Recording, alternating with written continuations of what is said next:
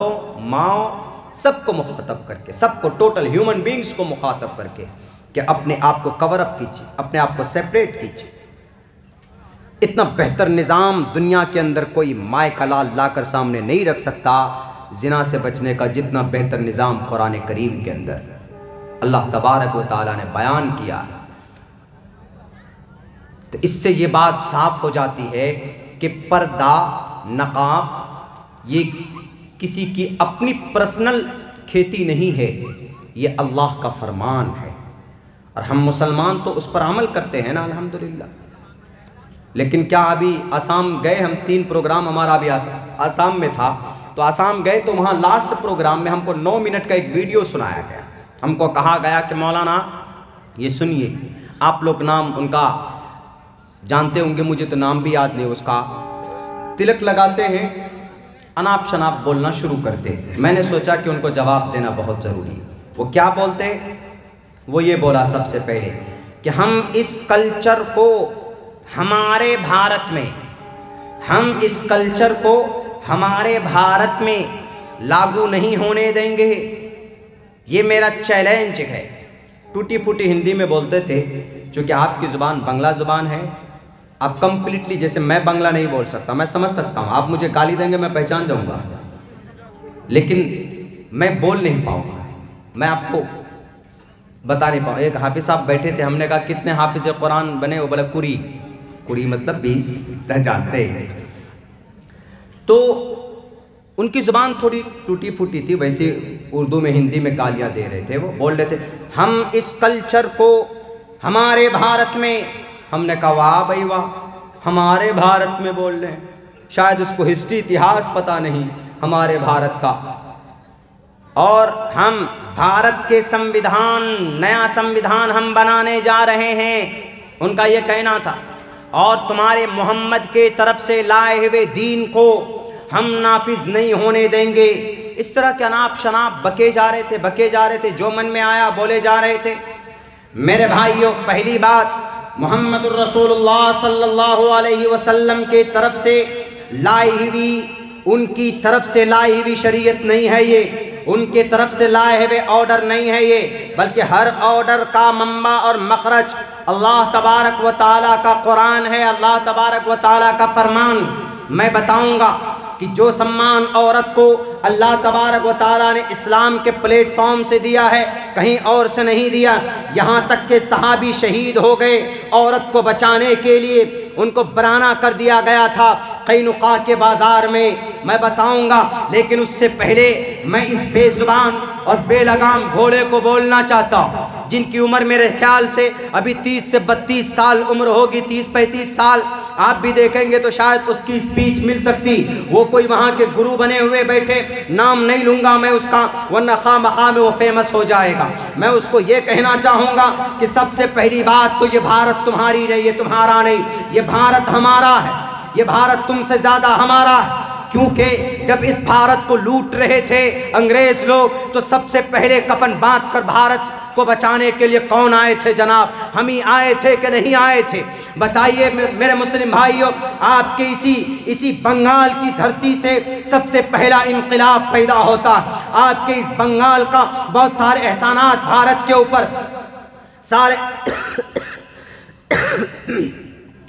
आपको याद होगा कि जब एक बहुत ही खूबसूरत कलाम, राष्ट्रीय सॉन्ग और राष्ट्रगान पढ़ा जाता, उसको बनाने वाला आपके भारत के अंदर रविंद्रनाथ टैगोर पैदा हुआ।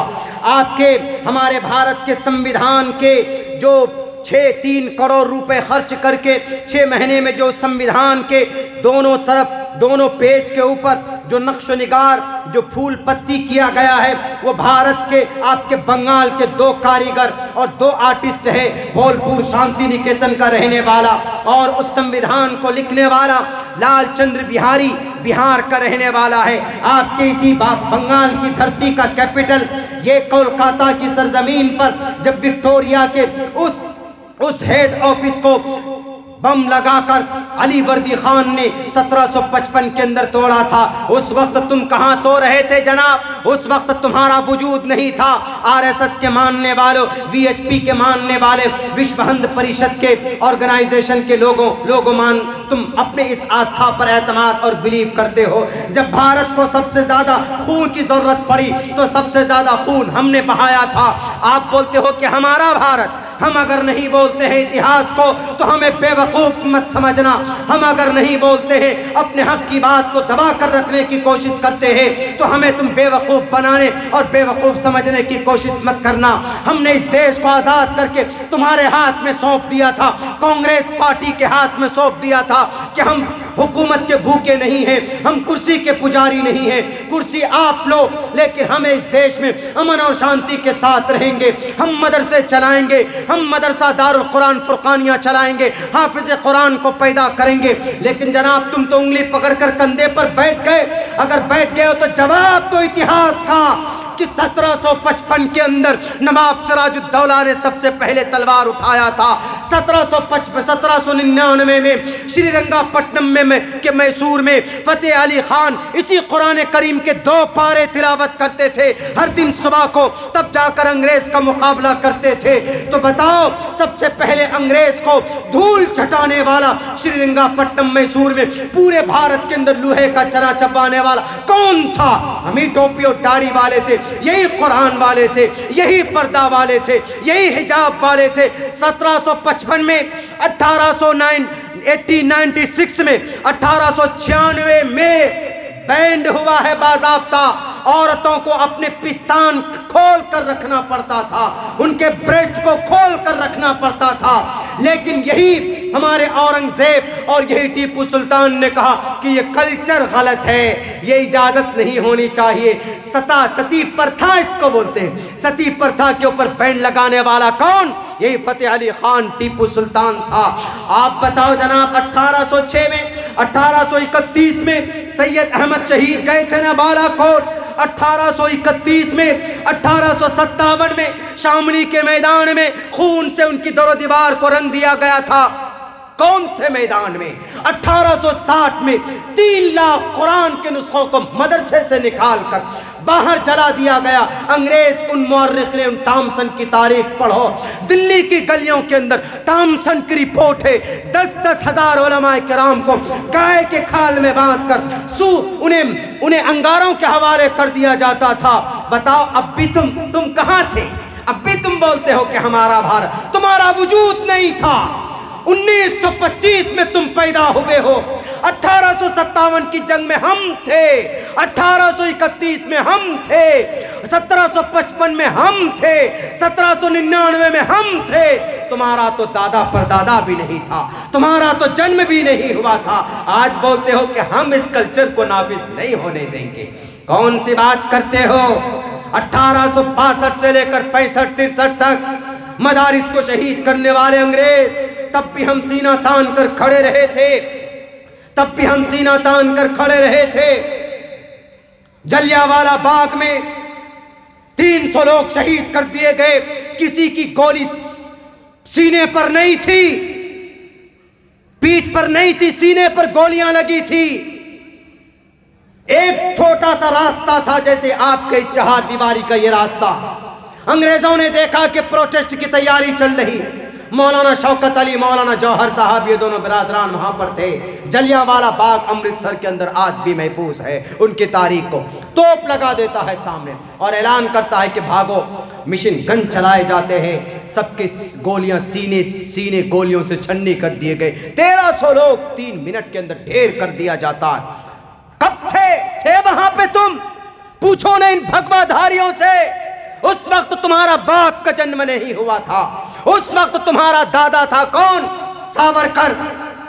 हम जेल में थे माल्टा में, हम अंडमान निकोबार के काले पानी की सजा काट रहे थे। शेखुल इस्लाम हुसैन अहमद मदनी, शेखुल हिंद मौलाना महमूद हसन देवबंदी रहमतुल्लाहि अलैह।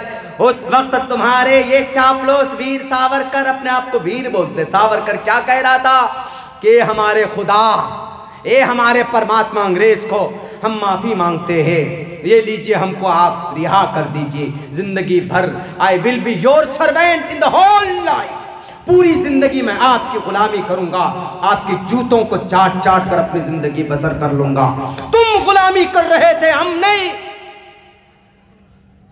हर जगह हम थे, हर मैदान पर। आज तुम बोलते हो कि हमारा भारत। शर्म आनी चाहिए तुम्हें। तुम्हारे बाप का भारत नहीं था, सबके बाप का यह भारत है। यहां की 1.5 फीट जमीन हमारे खून की गवाही। हमारी 1.5 फीट जमीन हमारे खून से रंगा हुआ है। यहाँ की 2 फीट जमीन के नीचे भी खोद कर देखेंगे तो हमारे लाशें नजर आएंगे। नारे तकबीर, नारे तकबीर। मेरे भाइयों, वो बोलता हमारा भारत। तब 1906 में तहरीक रेशमी रुमाल चलाई गई, 1912 में, 1916, 1915, 1922, 1925 अब आ जाता है। तब 1925 में आरएसएस का रजिस्ट्रेशन होता है, आरएसएस वजूद में आता है। उस वक्त तो तुम मैदान में थे ही नहीं। आधे भारत को तो हमने छीन लिया था ना। 65,000 इससे पहले हम शहीद हो चुके थे इस देश के लिए। इसलिए हमने कहा है कि बोलने से पहले इतिहास को पढ़ लो, तारीख को पढ़ लो। क्यों मुजरिम मानते हो हमें जी? हमारी कुर्बानी नहीं है और हमें बोलना पड़ेगा इतिहास को, हिस्ट्री को एज ए इंफॉर्मेशन, सिर्फ जानकारी के कि हमारी ये तारीख है। अगर तारीख को नहीं बोलोगे तो आपकी तारीख मिटा दी जाएगी, ख़त्म कर दी जाएगी। कई जगह हम बोले भी, यहाँ पर भी बोलते बड़े। यहाँ की धरती पर जितना आन बान शान वर्चस्व हमारा था और अब भी है अल्हम्दुलिल्लाह अपनी देश की शान के लिए। भारतीय स्टेट बैंक, इसका फाउंडर कौन है? मीर उस्मान अली, हैदराबाद का। उस वक्त में स्टेट बैंक ऑफ हैदराबाद नाम था उस वक्त में, जब शुरुआत में। कब की बात है ये? 1960, 1959 साल, जब ये देश कंगाल हो रहा था। लाल बहादुर शास्त्री ने कहा कि अंग्रेज ये चाइना मैदान में, मैं उनको जवाब दे रहा हूँ। वो गुर्गा जो है, वो चेला, वो कछुआ, वो मेंढक की तरह बातें करता है, टट टट टट टट करता है, अपनी पब्लिसिटी हासिल करके फिर बिल में घुस जाता है। उनको कहो कि चलो तो ज़रा वहाँ बॉर्डर पर लड़ने के लिए चाइना के, वो ऐसे गायब हो जाएगा जैसे गधे के सर से सींग गायब हो गया, ऐसा गायब हो जाएगा। बस आके मीडिया के जरिए हम हमारी कल्चर, तुम्हारे कल्चर को नाफिज नहीं होने देंगे। अरे हमारी कल्चर से बेटी की इज्जत महफूज होती है, हमारे कुरान के फरमान से अमन शांति जाता है। मीडिया वाले ये नाहंजार हैं, ये तो पैसों की वजह से कहते शरिया कानून है, शरिया कानून है। अरे शरिया कानून से बेटी की इज्जत महफूज हो, शरिया कानून से जिना से बच्चे रुक जाएं, शरिया कानून से वैलेंटाइंस डे रुकने से हमारे नौजवान बच जाएं, शरिया कानून से शराब पीने से रुक जाए, शरिया कानून से चुगलखोरी से बाज आ जाए, शरिया कानून से देश के दुश्मनों को फांसी के फंदे पर चढ़ा दिया जाए, तो कौन सी बुरी बात है जी? शरिया कानून, शरिया कानून, शरिया कानून। मेरी तकरीर को सुनना, रातों को न्यूज़ के एंकरो, नहीं जानते हो तो आओ हमारे पास, हम तुम्हें नर्सरी की क्लास में बिठाकर तुम्हें सबक देते हैं कि शरिया कानून, what is the meaning of शरिया कानून। It is only the final decision and the अंतिम संविधान बाई ईश्वर परमात्मा। अहमेव सौयमिदं बदामि जुष्टम दवा बिरुद मानव शबीयम कामय तत्म कुर्णमितम ब्रह्मानम तमुर्शिदम सुमिधाम। आपकी किताबों में भी है, हम नबी को मानते हैं तो आपकी किताबों में हमारे नबी हैं। अल्लबू कमे कम अदल्लबू का निखातकम। आखिरी नबी मोहर लेकर आएंगे, हम उसी नबी को तो मानते, आप भी मानो न जना। नहीं मानते हो तो जहालत है, तो लड़ाई मत करवाओ। फिर जब ये देश कंगाल हो गया, चाइना आ गया कब्जा करने के लिए, इलाका जो है ये बर्मा के साइड का जो एरिया है, बांग्लादेश तो नहीं बना था उस वक्त में, 1971 में आपका बांग्लादेश बना। उस पर कब्जा करने के लिए जब आए तो गोला बारूद ख़त्म हो गया भारत का। कहाँ जाएं, कहाँ जाएं? तो उस वक्त गए मीर उस्मान अली के पास, निज़ाम दक्किन हैदराबाद। वहाँ पहुँचते और पहुँचने के बाद कहते हैं कि उस्मान, देश को तुम्हारी पैसों की ज़रूरत है। उन्होंने ये नहीं कहा कि कितना चाहिए, उन्होंने कहा कि क्या लाए हैं? उन्होंने कहा कुछ भी नहीं लाए। कहा कि बुग्गी मंगवाइए। बुग्गी उस ज़माने में बैलगाड़ी को बोलते थे, सिर्फ बोझ ढोने के लिए। लेकर आइए। आए जनाब वहाँ से 500 टन सोना दिया उस वक्त में। कितना? 500 टन। आप काउंट नहीं कर सकते कि कितने अरब डॉलर होते। लाल बहादुर शास्त्री ने ये कहा कि उस्मान, आज तुमने भारत के हिस्से को, टोटल जो हथियार खरीदे गए, बारूद खरीदे गए, उन्हीं पैसों से खरीदे गए थे। और वो मीर उस्मान यूं ही नहीं, उन पर को बदनाम मत करना। मुस्लिम अलीगढ़ यूनिवर्सिटी को चंदा दिया उन्होंने, कितना? 5 लाख। लेकिन हिंदू यूनिवर्सिटी बनारस को उसने कितना चंदा दिया? 10 लाख रुपए। उस जमाने भेदभाव था उसमें? नहीं था। उस्मानिया यूनिवर्सिटी ऑफ हैदराबाद उसी का बनाया हुआ। स्टेट बैंक ऑफ, आज का SBI state bank of India, ये स्टेट बैंक ऑफ हैदराबाद, वही उसके फाउंडर थे, बानी थे। उन्होंने खुद का बैंक था उनका ये। लेकिन अभी कुछ दिनों के बाद उसको इंडिया के अंदर में कन्वर्ट कर दिया गया, रिजर्व बैंक के अंदर आ गया। ये तारीख है ना हमारी, हम लोग नहीं जानते थे। 5 मिसाइल बना कर दिया। कौन? भारत के अंदर गाइडेड मिसाइल कौन बनाया? गाइडेड मिसाइल का मतलब, एक मिसाइल आप यहां से छोड़िए, एक टेररिस्ट अगर यहां पर आपका यहां सड़क पे है, वो भाग रहा है, उधर जा रहा है, वो चेन्नई वाले सड़क के, मुंबई वाले सड़क के तरफ, तो वो मिसाइल उधर भाग जाए। जिधर जिधर जाएगा टारगेट उधर उधर जाएगा। तो ये गाइडेड मिसाइल कौन बनाया? Doctor APJ Abdul Kalam. है कोई माए कलाल बताने वाला, बनाने वाला? बताइए। हमारा अभी तक नहीं मिला कुछ APJ अब्दुल कलाम, मिला ही नहीं। ये दिमाग कहां से आता? कुरान की तिलावत करने वालों को अल्लाह ये दिमाग देता है। टैंक को उड़ाने वाला कौन? टैंक को, पाकिस्तान के टैंक को उठा खाड़ कर फेंकने वाला अब्दुल हमीद, अशफाकुल्लाह खान। लेकिन नहीं, वो क्या बोलते? हमारा भारत, हमारा भारत। अभी जो लोग कब्जा करना चाह रहे हैं इस देश पे, उनका तो कोई कुछ भी योगदान नहीं, कुछ भी नहीं है योगदान। मैं हिस्ट्री अगर बयान करने पे आऊँ, क्यों वजूद में आए, कैसे वजूद में आए, बहुत टाइम लगेंगे। लेकिन मैं इतना कहना चाहता हूँ कि अल्लाह के बंदो समझो, कुरान को, हिजाब को, नमाज को, अल्लाह तबारक व ताला के फरमान को।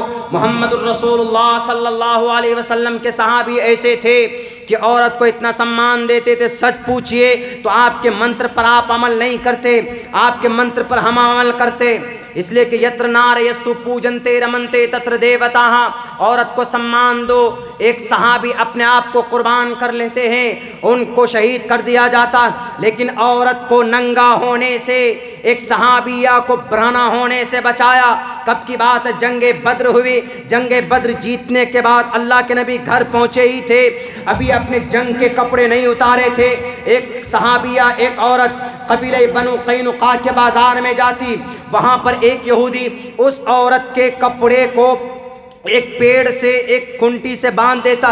जब वो औरत आती है तो वो कपड़ा खुल जाती, तो उस औरत की चीखें निकल जाती है, इसलिए कि वो पूरी ब्रहना और नंगी होने वाली होती। इनकी चीख सुनकर वो सहाबी देखते हैं, तो सहाबी ने देखा कि ये यहूदी, ये जोडाइज़म, ये शरारत कर रहा है, तो वो रुकते नहीं। वो फौरन अपनी तलवार को म्याम से बाहर निकाल कर उस नाजायज़, उस हरामखोर, उस नालायक के, जिसने ये बदबख्ती की अपनी उस बेटी के साथ, अपनी उस औरत के साथ, समाज की उस बेटी के साथ, तलवार से उसकी गर्दन को तन से जुदा कर देते। उसकी चीख की वजह से सारे के सारे यहूदी जमा होकर उस सहाबी को शहीद करने, उसको शहीद कर देते, शहादत के दर्जे को पा लेते। लेकिन इतने में अल्लाह के नबी को खबर पहुंचती। अल्लाह के नबी फौरन आकर बोलते हैं कि तुमने नाजायज़ और हराम काम किया, तुमने एक बेटी की इज्जत को पहले उछाला इस चौराहे पर, जैसे उन यहूदियों ने उस बेटी को नंगा करने की कोशिश की, लेकिन वहाँ पर सहाबा थे, उनकी तलवार ने उनका मुकाबला किया। आज भी इन भेड़ियों के सामने, इन नाहंजारों के सामने, इन बेतहजीब लड़कों के सामने में एक बेटी सामने आई, उन्होंने उनके पीछे में नारे जय श्री राम का नारा लगाकर उनको नंगा और रुस्वा करने की कोशिश की, तो उनकी जुबान पर सहाबी का तलवार बनकर नारे तकबीर अल्लाहु अकबर का नारा बुलंद होकर उन जालिमों के मुंह बंद कर दिए, उनके मुंह उनके गूंग हो गए, जुबानें गूंग हो गई, उनके रगे हमीयत नहीं फड़की कि हम कुछ कर पाए। क्यों? क्योंकि अल्लाह तबारक व तआला की तरफ से वो ताकत अलैहिस्सलाहु बिकाफिन अब्दा। जब अल्लाह तबारक व तआला की ताकत, अल्लाह के नाम को कोई बुलंद करता है तो अल्लाह तबारक व तआला की तरफ से ताकतें आती है। वो बेटी अकेली थी लेकिन वह हक पर थी। भारत के कानून के एतबार से भी, हमारे शरीय एतबार से भी वो सही जगह पर थी, इसीलिए कोई बाल उसका बेका नहीं कर पाया, क्योंकि वह हक पर थी, हक परस्त थी। अल्लाहु अकबर का नारा बुलंद करते हुए जैसे वहां पर उस सहाबी ने बातिल का मुकाबला किया, वैसी इस बेटी ने उस सुन्नत को यहाँ पर कर्नाटका के उस उदप्पी शहर के अंदर उस सुन्नत को उन्होंने जिंदा किया। मेरे भाइयों, अल्लाह के नबी ने तब कहा कि यहूदियों, तुमने एक बेटी को रुस्वा करने की कोशिश की, अब तुम्हारी खैरियत नहीं। प्रॉफेट मोहम्मद सल्लल्लाहु अलैहि वसल्लम ने हमला किया, तब कबीले बनु क़ीनुक़ा के ऊपर चढ़ाई की। लोग कहते हैं कि मोहम्मद तो ज़बरदस्ती चढ़ जाते थे किसी कबीले पर, नहीं, उनके इस जुर्म की वजह से उनको सज़ा दी गई थी, तब जाके ग़ज़वे बनु क़ीनुक़ा पेश आया था। मेरे भाइयों, मेरे दोस्तों, मेरे समाज के साथियों, वक्त भी चूँकि बहुत हो चुका है, आज तो पूरी की पूरी बात हिजाब के ऊपर हुई, और ये यकीनन इशू है इस वक्त का। अभी चंद दिन में हमारे तजम्मुल भाई साहब, ये जमीयत के ब्लॉक के सभापति भी हैं अपने, तो एक प्रोटेस्ट करने जा रहे हैं। इंशाअल्लाह हम भी उसमें शरीक होंगे मंडे के दिन 21 तारीख को। अगर परमिशन मिल जाएगी तो इंशाअल्लाह उस प्रोटेस्ट में सही होंगे। प्रोटेस्ट करना हमारा हक है, हमें कोई रोक नहीं सकता, मना नहीं कर सकता, इसलिए कि हिजाब नकाब, चूँकि कर्नाटका, बल्कि जब केरला हाई कोर्ट में ये केस जब पहुंचा था, जब CBSE central education of secondary board ने पाबंदी लगा दी थी। क्या कहा था कि कोई भी बेटी dress code fixed in to sit the exam, pre exam में बैठने के लिए उन्होंने क्या कहा, वो चप्पल, हवाई चप्पल पहन के आए, जो हमारे बंगाल के मैडम पहनती, हवाई चप्पल पहन के आए, और छोटे बटन लगाकर, छोटे बटन, बड़े नहीं होना चाहिए। कौन कह रहा है? CBSE इतनी बड़ी 28,000 तकरीबन एजुकेशन वो है, इसके एफिलेटेड स्कूल हैं। 1929 में वो जन्म हुआ उसका, भारत के एजुकेशन मिनिस्ट्री के अंदर वो चलता है, बहुत बड़ी एक संस्था एजुकेशन की। उनकी सोच देखिए क्या, वो क्या कह दी कि बुर्का पहनकर नकाब में कोई भी बेटी नहीं जा सकती, ड्रेस कोड फिक्स कर दिया उन्होंने। और उन्होंने ये कंडीशन लागू कर दी कि छोटे कपड़े, जितने छोटे कपड़े हों, छोटे कपड़े पहनकर आए, बटन बड़े नहीं, छोटे होने चाहिए, छोटे बटन, छोटे कपड़े और हवाई चप्पल। अगर सर्दी के ज़माने में हुआ होगा तो क्या करेंगे? वो तो कचूमर बन जाएगा, वैसे भी बर्फ़ बनकर आ जाएंगे, छोटे कपड़े पहनकर आओ। बच्चे एग्ज़ाम कम लिखेंगे और समाज की बेटियों की बदन की तरफ, उनकी जिस्म की तरफ आंखें फाड़ फाड़ कर ज़्यादा देखेंगे। और कुछ शरारती लड़के ऐसे होते हैं कि वो पूरी की पूरी पिक्चर उतार देते हैं, वो कॉपी में आंसर लिखने के बजाय वही लिख देते। तो फातिमा बशीर ने उनके इस एतराज़ को चैलेंज किया हाई कोर्ट में। तो केरला हाई कोर्ट ने क्या कहा पता? बहुत खूबसूरत बात कही। उन्होंने कहा वेयरिंग हिजाब, हिजाब पहनना, it's essential part the religious practice on faith. ये फेथ का अकीदे का मसला है। It is a integral part of Islam and Muslim women born this हिजाब। It is only sign of modesty as well. ये सिर्फ एक उनकी पवित्रता की एक प्रूफ है, बाकी इसका कोई और मकसद नहीं होता। बहुत से लोग कहते हैं कि नहीं, ये अपने प्रचार के लिए आती है हिजाब पहनकर। हम क्यों प्रचार करेंगे हिजाब पहनकर? हिजाब पहनकर देखकर बहुत सी ऐसी औरतें हैं वेस्टर्न कंट्रीज की देखकर मुतासिर होकर हिजाब पहनती है, इस्लाम कबूल कर लेती है। ये कहा उन्होंने, ये कहा साफ लफ्ज़ों में ये कहा उन्होंने, wearing hijab and to participate to appear, if anyone want to appear in the exam with the hijab, college should be allowed, college को अलाउ करना चाहिए, but the government educational institutions and dress code fixed, जो सरकारी institute है उनका तो dress code fix हो सकता है। ये कर्नाटका स्टेट का वहाँ के गवर्नमेंट का ये जजमेंट है। और केरला हाई कोर्ट ने कहा कि अगर कोई बच्ची समाज की हिजाब पहनकर हर एग्ज़ाम में बैठना चाहे तो उसको अलाउ होगा, उसको इजाज़त होगा। CBSE बोर्ड ने घुटने टेक दिए वहीं पर। क्यों घुटने टेक दिए? क्योंकि हम हक पर थे, हमारी बेटी हक पर थी। और इंशाअल्लाह अभी तक क्यों फतवा नहीं आ रहा, अभी तक क्यों जजमेंट नहीं आ रहा है केरला, ये कर्नाटका हाई कोर्ट का, सुप्रीम कोर्ट का? इसलिए कि केरला हाई कोर्ट का इतना सेंसिटिव जजमेंट है, खूबसूरत, कि if anyone want to appear with the हिजाब and he should be allowed, उनको इजाज़त होनी चाहिए, because it's integral part of Muslim women. उनकी औरत का, उनकी आस्था का अकीदा है। और भारत का संविधान इजाज़त देता है, article number 25, freedom of conscience and free profession practice and propagation of the religion. और भारत के संविधान का आर्टिकल नंबर 14 इक्वालिटी को बताता है, the equality of law, the equal protection of the law with in the territory of India. Bharat के article का 26वां number भी इजाज़त देता है, परमिशन देता है कि freedom to manage a religious affair, उनको इजाजत है, परमिशन अपने अपने धर्म के मुताबिक। तो केरला हाई कोर्ट में फातिमा बशीर ने केस जीता। कब की बात है ये? बहुत पुरानी बात नहीं है, सन 2016 की बात है। इंशाअल्लाह हमें यकीन है कि हमें चढ़ते हुए सूरज की तरह यकीन है कि कर्नाटका के अंदर भी जो वारदात हुए हैं, वहाँ के हाई कोर्ट और सुप्रीम कोर्ट हमारे भारत के यही फैसला लेंगे कि वेयरिंग हिजाब it is a integral part of इस्लाम। ये प्रैक्टिस और फैद का मसला है, ये किसी प्रचार का मसला नहीं है, किसी कल्चर का मसला नहीं है। हम कल भी जीते थे, इंशाअल्लाह आज भी जीतेंगे। और हम अपने हक लेने के लिए अगर मैदान में आने की ज़रूरत पड़ती है तो हम मैदान में आएंगे, हम कानूनी लड़ाई लड़ेंगे और अपना हक लेकर रहेंगे। अल्लाह तबारक व ताला से दुआ करता हूँ कि अल्लाह तबारक व ताला हम तमाम मुसलमान भाइयों को अपनी शरीयत के मुताबिक, अपने कुरान के मुताबिक, अपनी तमाम बहनों से भी कहूँगा कि आप पर्दे में आकर के पर्दे में रहें और पर्दे को इख्तियार करें। बाहर जाएं तो पर्दे मुशर्रा लिबास में मलबूस होकर बाहर जाने की कोशिश करें, तो इंशाअल्लाह इससे आपकी इज्जत के अंदर बढ़ोतरी होगी। अगर आप बालों को खोल कर जाएंगे तो अल्लाह के नबी ने फरमाया था कि आयशा, मैं आज जहन्नम की सैर करके आया हूँ। जब मेराज से आए थे, मैंने एक औरत को देखा, बालों के बल लटकाई हुई थी और नीचे से गरम हांडियाँ खोल रही थी और उनके दिमाग हांडियों की तरह खोल रहे थे।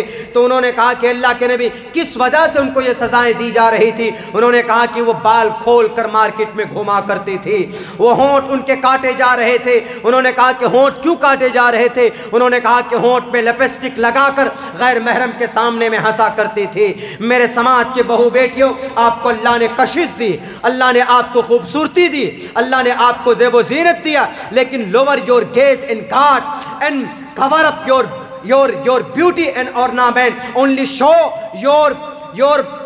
Show your husband. आप अपने शौहर के सामने में अपनी खूबसूरती को जाहिर कीजिए। आप अपने घरों के अंदर में बेपर्दा होकर रहने की इजाज़त हो सकती है आपको, लेकिन गैर महरम के सामने में, बाहर मार्केटों में आप अपनी खूबसूरती को जाहिर मत कीजिए, पर्दे में रहिए। तो इंशाअल्लाह तबारक व तआला जैसे उस बेटी की मदद की गई अल्लाह की तरफ से, ऐसी आपकी भी मदद होगी, आपकी खूबसूरती में बढ़ोतरी होगी। और फिर शरीयत पर अमल करेंगे तो यकीनन आप यहाँ न सही, मरने के बाद कामयाबी ज़रूर आपके कदम